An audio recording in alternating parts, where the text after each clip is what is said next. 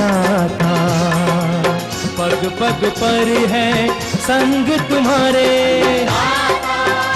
अन्नदाता। लहू किसानों का बन के पसीना सींचता है धरती का सीना। मेहनत का तेरी हक दिलवाने, नई तकनीक नई खोज बताने।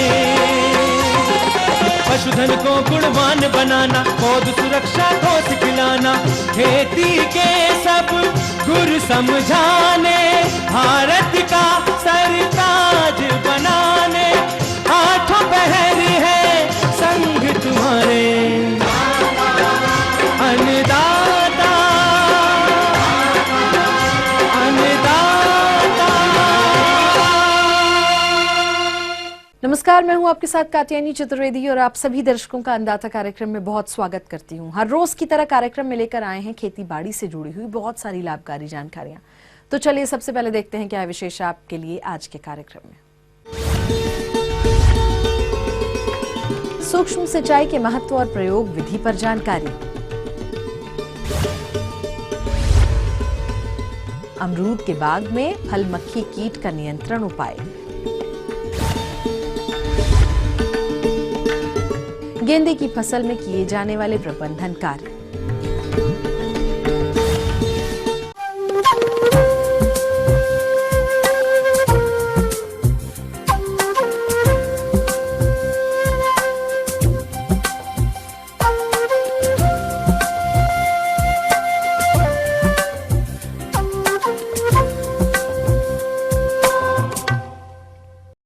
जल के बिना ना तो मानव जीवन संभव है और ना ही फसलों का जीवन।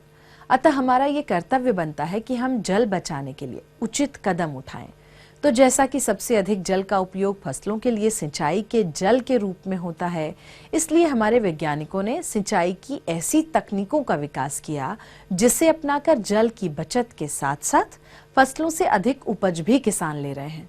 यदि आप भी इस तकनीक को अपनाना चाहते हैं तो इस विषय पर विस्तार से जानकारी के लिए आपको मिलवाते हैं कृषि विज्ञान केंद्र फतेहपुर के डॉक्टर AP सिंह से।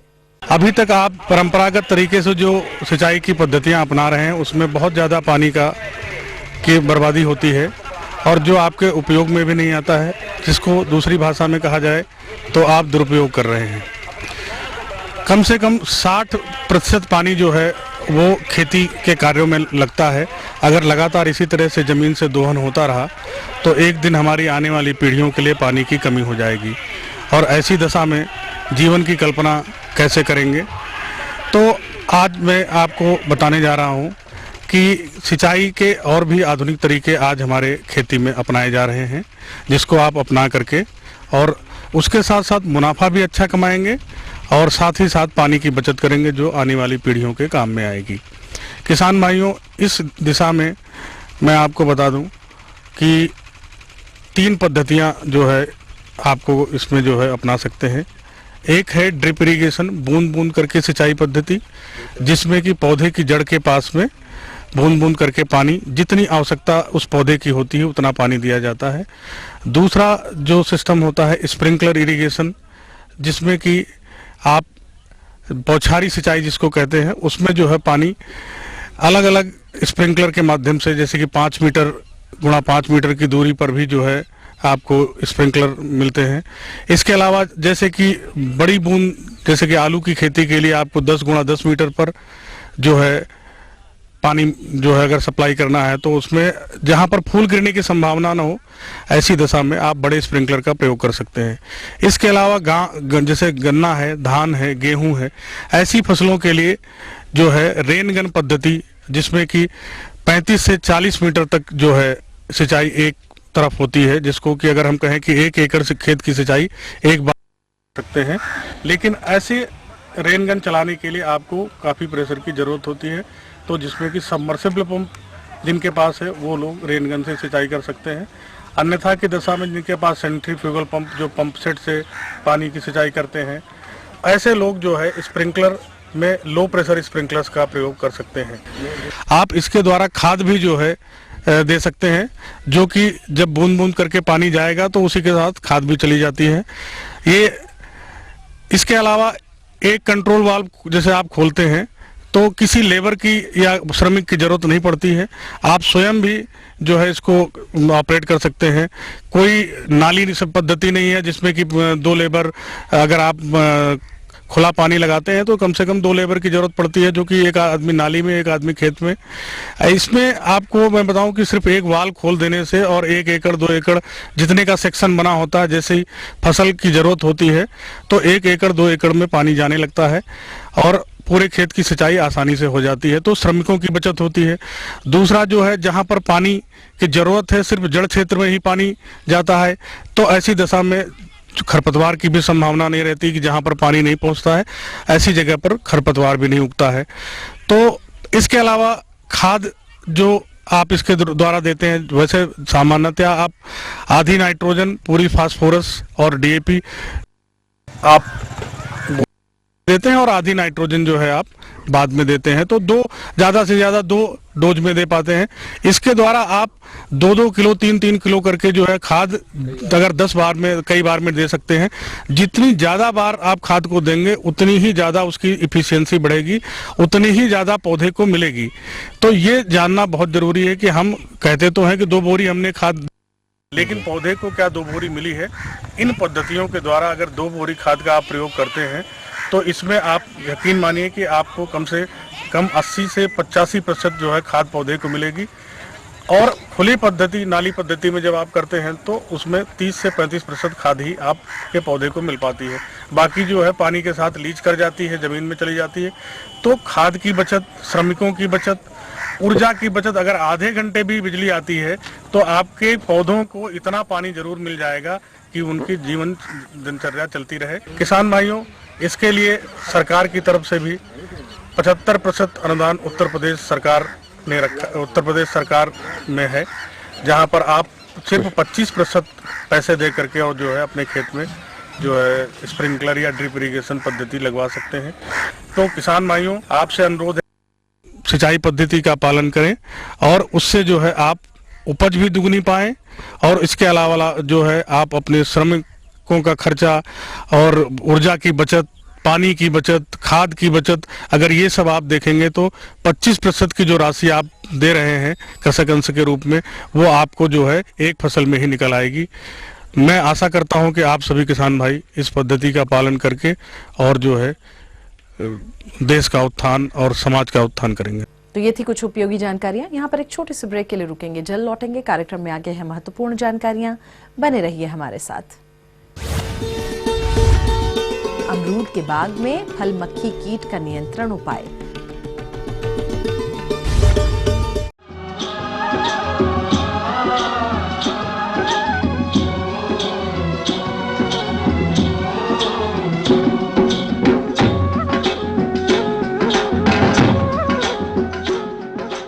ब्रेक के बाद एक बार फिर से आप सभी दर्शकों का अन्नदाता कार्यक्रम में बहुत स्वागत है और चलिए बढ़ते हैं अपनी अगली प्रस्तुति की ओर।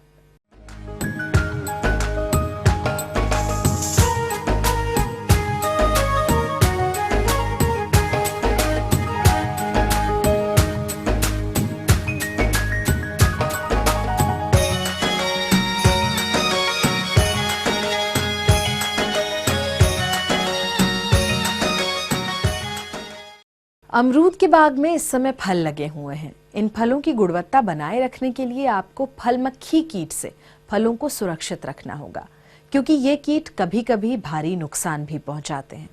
इसलिए इस कीट का प्रकोप बाग में यदि हो जाए तो इनका नियंत्रण आप कैसे करेंगे, आइए जानते हैं CSA कानपुर की डॉक्टर नीरजा अग्रवाल से। विशेष रूप से आज मैं आपको अमरूद की फल मक्खी के बारे में बताने जा रही हूँ। फल मक्खी अमरूद के अलावा आम तथा कई कद्दूकुल की सब्जियों में भी नुकसान पहुंचाती है। जैसा कि आप जानते हैं, अमरूद हमारे देश की प्रमुख फसल है और इसको एक गरीब किसान का, गरीब आदमी का सेब कहा जाता है। और इसकी बागवानी लगभग हर भारतवर्ष के प्रत्येक स्थान में होती है।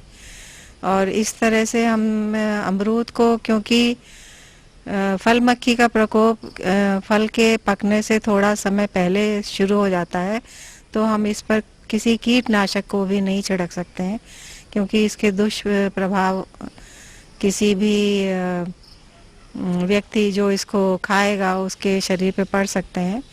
किसान भाइयों, मैं आपको बताना चाहती हूँ कि ये फल मक्खी किस प्रकार से अमरूद के फसल को नुकसान पहुंचाती है। फल मक्खी को डांसी मक्खी भी के नाम से जानते हैं, और शुरुआती अवस्था में जब फल पकने की अवस्था में होता है तो फल मक्खी की जो मादा है वो अपने अंडे देने के लिए अमरूद के छिलके के नीचे अपना उधर घुसा के उसमें अंडे दे देती है, और चूंकि ये अंडे अमरूद के अंदर होते हैं तो ये बाहर से दिखाई नहीं देते हैं, तो इसमें जो लार्वा निकलते हैं वो अंदर ही अंदर फल को खा के उसको सड़ाने लगते हैं, और जब ज़्यादा अधिक प्रकोप हो जाने पर वह फल नीचे गिर जाते हैं। इस प्रकार से हम देखते हैं कि ये फल फिर इनकी गुणवत्ता समाप्त होती जाती है, इनके बाज़ार में अच्छे दाम नहीं मिलते हैं और किसानों को अत्यधिक नुकसान होता है। लगभग 30% तक इससे नुकसान पाया गया है। किसान भाइयों, इससे बचने के लिए एक फल मक्खी ट्रैप बनाया गया है, जो हमारे विश्वविद्यालय के एक योजना में तैयार किया गया था, और इसमें हम नर मक्खी को आकर्षित करने के लिए एक ल्योर लगाते हैं। ल्योर यानी कि फेरोमोन लगाते हैं, जिससे कि जितनी भी नर मक्खी आसपास के इलाके में होंगी वो उस ट्रैप में बंद हो जाती हैं, और उसकी एक विशेष गंध होती है जो मादा की गंध से मिलती जुलती है। इस प्रकार से ये मक्खियाँ स्वतः उसमें मर जाती हैं, और बिना प्रदूषण के हम फल मक्खी को नियंत्रित कर सकते हैं। इसके लिए जो ट्रैप या एक प्लास्टिक का आप बोतल भी ले सकते हैं, और इसमें एक रुई की बत्ती बनाई जाती है, जिसमें कि हम मिथाइल यूजिनॉल नामक एक विशेष ल्योर कहलाता है, यानी कि आकर्षित करने वाला पदार्थ, उसको मैलाथियोन के साथ में मिला के और उसमें रख देते हैं। फल मक्खी उसमें आकर्षित होती है और उस पर टकराती है, और उसको इस प्रकार से मक्खियाँ नष्ट हो जाती हैं। इस प्रकार किसान भाइयों, हमारी बताई गई विधि को अपनाने पर आप देखेंगे कि आपका उत्पादन 10 से 20% तक बढ़ जाएगा, और उनको किसानों में अच्छा बाज़ार में भी अच्छा दाम मिलेगा, और किसानों को जो आर्थिक नुकसान हो रहा था उससे वो बच सकेंगे। तो आगे और भी कुछ रोचक जानकारियां हैं आपके लिए, लेकिन यहाँ पर एक छोटे से ब्रेक के लिए रुकेंगे, जल्द होंगे हाजिर। गेंदे की फसल में किए जाने वाले प्रबंधन कार्य।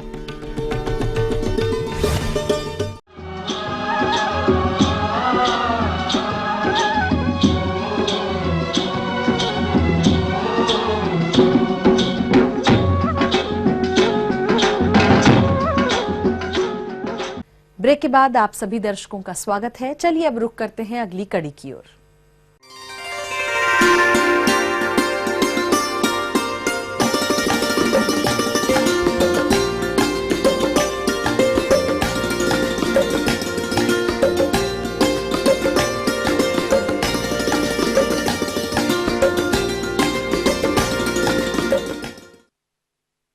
गेंदे की जुलाई अगस्त में रोपी गई फसलों में इस समय फूल आना प्रारंभ हो गया है। फसल से गुणवत्ता युक्त अधिक उपज के लिए फसल में कौन कौन से प्रबंधन उपायों को अपनाएं, आइए जानते हैं मध्य प्रदेश के एक प्रगतिशील किसान मनीष पाटीदार से। अभी हमने 4 बीघे एरिया में ईस्ट वेस्ट का गोल्डन वैरायटी का गेंदा फूल लगाया है। ये फूल हमने 28 अगस्त को लगाया था, और नवरात्रि के तकरीबन इसमें तुड़ाई चालू हो गई थी। तो नवरात्रि चूँकि त्यौहार था तो अच्छा रेट मिल रहा था उस टाइम पे, इसलिए हमने तब से तुड़ाई इसमें कंटिन्यू चालू रखी, और अभी इसको तकरीबन 60-65 दिन हो गए हैं।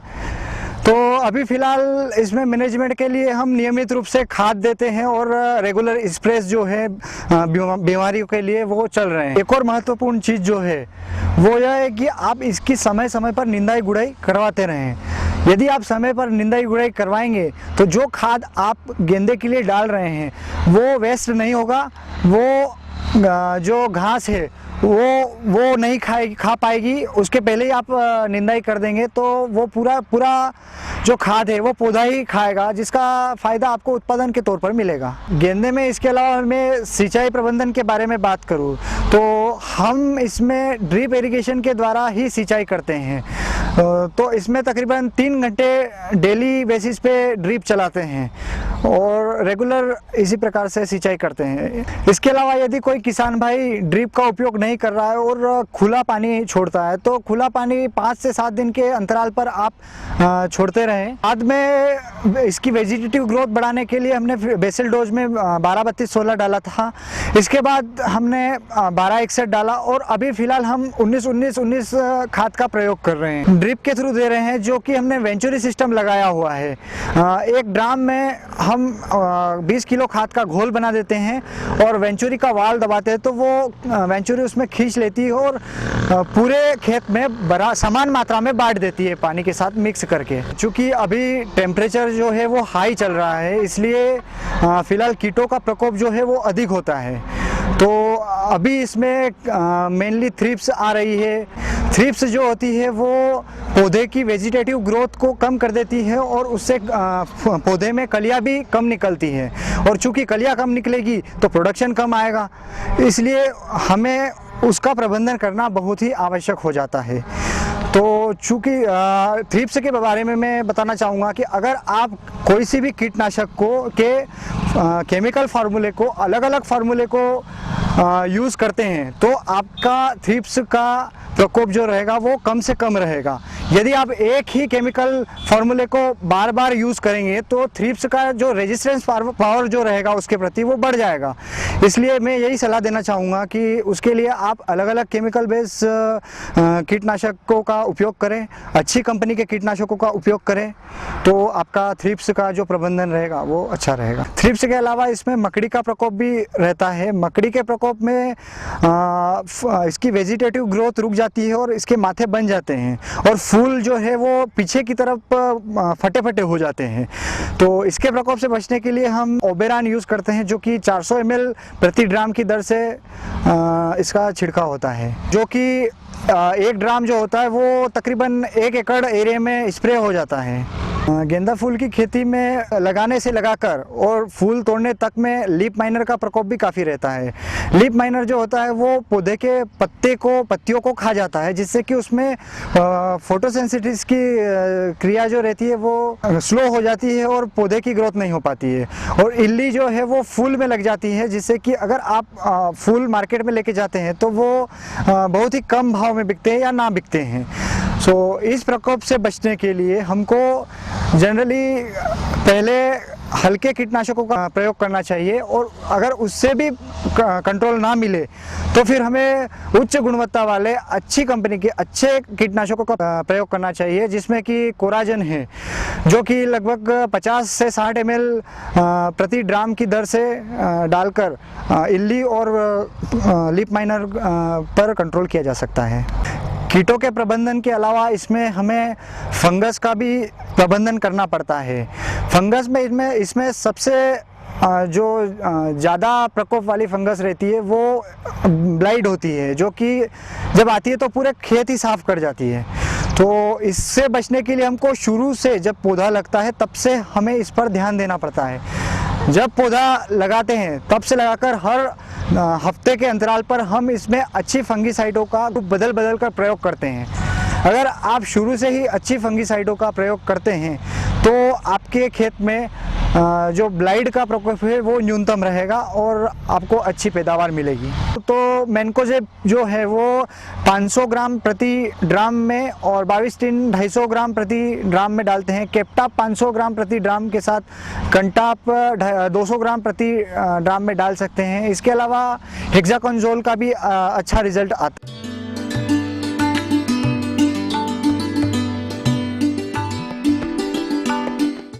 अन्नदाता हेल्पलाइन निशुल्क फोन संपर्क सेवा के माध्यम से आपके द्वारा पूछी गई समस्याओं में से 1 या 2 महत्वपूर्ण समस्याओं को हम अपने कार्यक्रम में जरूर शामिल करते हैं, और इसी के तहत आज की चयनित समस्या और उसका जवाब इस प्रकार है।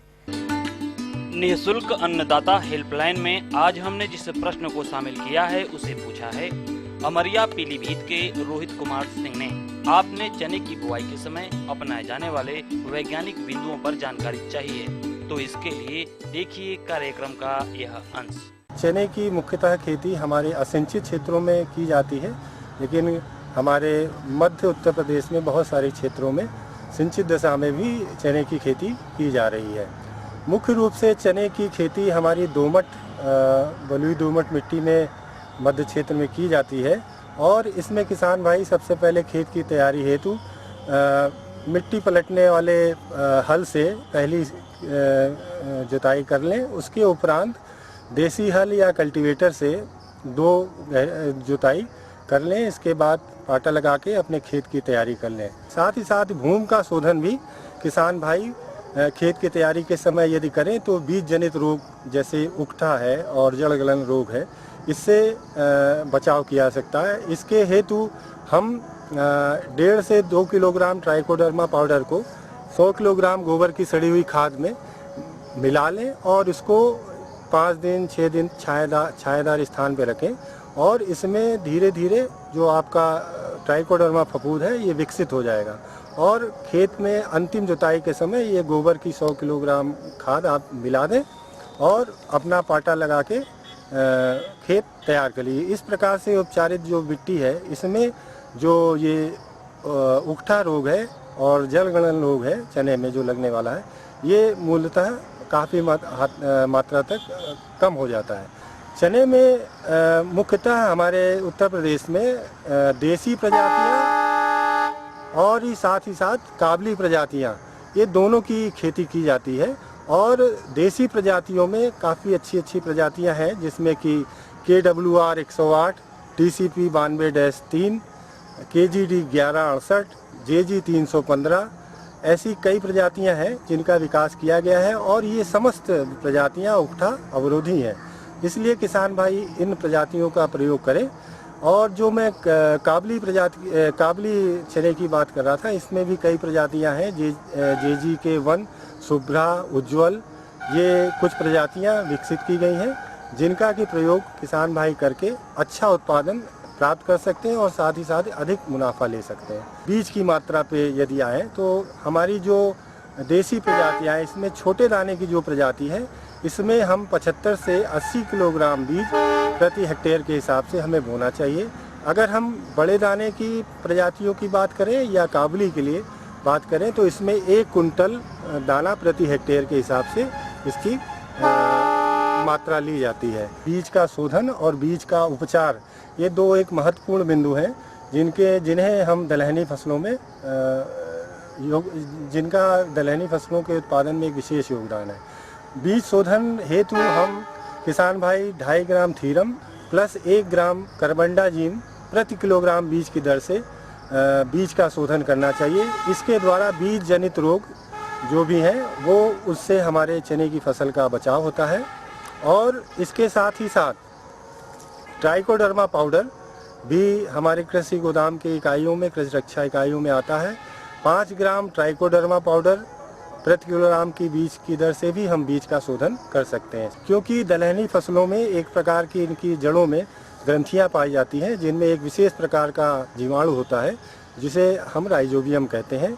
अलग अलग दलहनी फसलों में अलग अलग राइजोबियम होता है और विशेष राइजोबियम पैकेट हर फसलों के लिए बनाया जाता है। जैसे चने की फसल के लिए चने का ही राइजोबियम कल्चर पैकेट 200 ग्राम का आता है। इसके द्वारा यदि हम अपने प्रति 10 किलोग्राम बीज को बीजोपचारित करेंगे तो हमारी नाइट्रोजन की मात्रा काफ़ी हद तक कम हो जाएगी, क्योंकि इनकी जड़ों में पाए जाने वाला ये जीवाणु हमारे जो वायुमंडल की नाइट्रोजन गैस है इसको जड़ों में फिक्स करता है और हमारी नाइट्रोजन की मात्रा को घटाता है। और अब उर्वरक की यदि हम बात करें किसान भाइयों, तो हमें 20 किलोग्राम नाइट्रोजन और करीब 40 से 45 किलोग्राम फास्फोरस की मात्रा उर्वरक के रूप में चने में दी जा सकती है। इसी के साथ साथ हम देख रहे हैं प्रायः जहाँ जिन हिस्सों में DAP का प्रयोग ज़्यादा हो रहा है वहाँ पे हमें एक सूक्ष्म पोषक तत्व सल्फर की भी कमी हमारे खेतों में होती जा रही है। इसीलिए सल्फर का प्रयोग भी चने में उपयुक्त बताया जाता है। यदि 20 किलोग्राम सल्फर प्रति हेक्टेयर के हिसाब से किसान भाई अपने चने में खेती में प्रयोग में लाते हैं तो इनके उत्पादन के साथ साथ इनकी गुणवत्ता जो चने की है वो भी बढ़ती है। इसी के साथ साथ हमारी मिट्टी को भी जिप्सम सल्फर जो है जो सूक्ष्म पोषक तत्व है उसकी बढ़ोतरी करता है। हम गोदामों में जिप्सम का जो आता है उसका भी प्रयोग कर सकते हैं। 200 किलो प्रति हेक्टेयर के हिसाब से हमें जिप्सम खाद का प्रयोग करेंगे तो हमारे खेतों में ये जो सल्फर की मात्रा है ये पर्याप्त रूप में पहुंच जाएगी और हमारे को अच्छा उत्पादन प्राप्त होगा।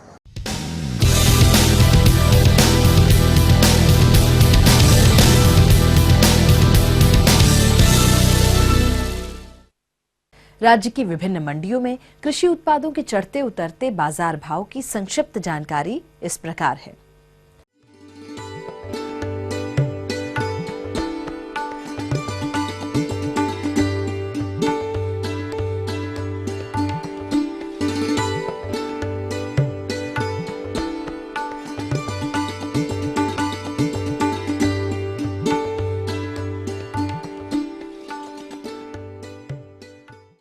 हम ये उम्मीद करते हैं कि आज का कार्यक्रम आप सभी दर्शकों के लिए उपयोगी रहा होगा। किसान भाइयों, अन्नदाता आपकी सेवा के लिए संकल्परत है। कृषि संबंधित समस्या और सुझावों के लिए आप हमें इस पते पर संपर्क भी कर सकते हैं। हमारा पता है प्रोड्यूसर अन्नदाता, ETV Uttar Pradesh Uttarakhand, Ramoji film city, Hyderabad 501512। साथ ही आप हमें ईमेल भी कर सकते हैं और हमारा ईमेल एड्रेस है annadata.up@etv.co.in। और इसके अतिरिक्त आप हमें निःशुल्क हेल्पलाइन नंबर 180010845999 पर सोमवार से शनिवार सुबह 10 बजे से शाम के 4 बजे के बीच में संपर्क कर सकते हैं। और चलिए अब देखते हैं कल दिखाए जाने वाले कार्यक्रम की मुख्य झलकियां। गन्ने के साथ मिर्च की खेती के लाभ पर किसान का अनुभव,